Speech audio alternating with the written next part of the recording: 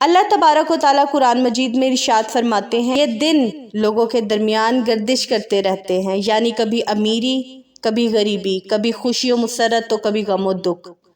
یہ سب زندگی کا ہی ایک حصہ ہیں۔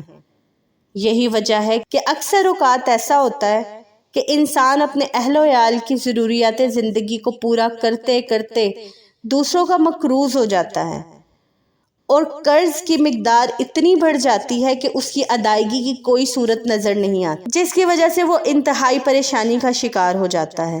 مگر ایسی حالت میں ایک مومن بندے کو اللہ رب العزت کی رحمت سے نا امید نہیں ہونا چاہیے، کہ خود خالق کائنات نے ارشاد فرمایا ہے۔ اس لیے جب کوئی مومن بندہ مقروض ہو جائے تو اسے چاہیے کہ اللہ رب العزت کی بارگاہ میں 2 رکعت نماز نفل ادا کرے اور بعد ادائیگی نماز دعا مانگے۔ انشاءاللہ رب العزت اس کی قرض کی ادائیگی کے اسباب پیدا فرما دیتے ہیں۔ قرض کی ادائیگی کی نیت سے جو نفل نماز ادا کی جاتی ہے، اسے نماز ادائے قرض کہتے ہیں۔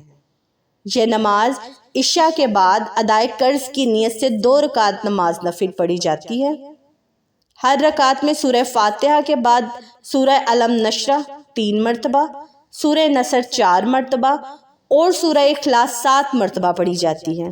سلام کے بعد اسی جگہ پر بیٹھے رہیں اور کثرت سے یہ دعا مانگیں، کیونکہ ادائے قرض کے بارے میں حضرت ابو موسیٰ اشعری رضی اللہ عنہ سے مروی ہے کہ رسول اللہ صلی اللہ علیہ وآلہ وسلم نے ارشاد فرمایا کہ جس شخص کو کوئی رنج و غم لاحق ہو، اس کو چاہیے وہ بھی یہ دعا پڑھے۔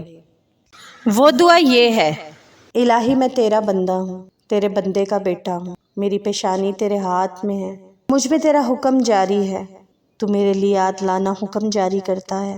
اے اللہ، میں تجھ سے سوال کرتا ہوں کہ اپنے اسما کے طفیل جو تو نے اپنے لیے مقرر کیے ہیں اور اپنی کتاب قرآن میں لکھے ہیں یا مخلوق میں کسی کو سکھائے ہیں اور علم غیب میں اس کو برگزیدہ بنایا ہے، کہ میرے سینے کو روشن فرما دے تاکہ غم و عالم دور ہو جائیں اور اس کی محبت دل کو عطا کر۔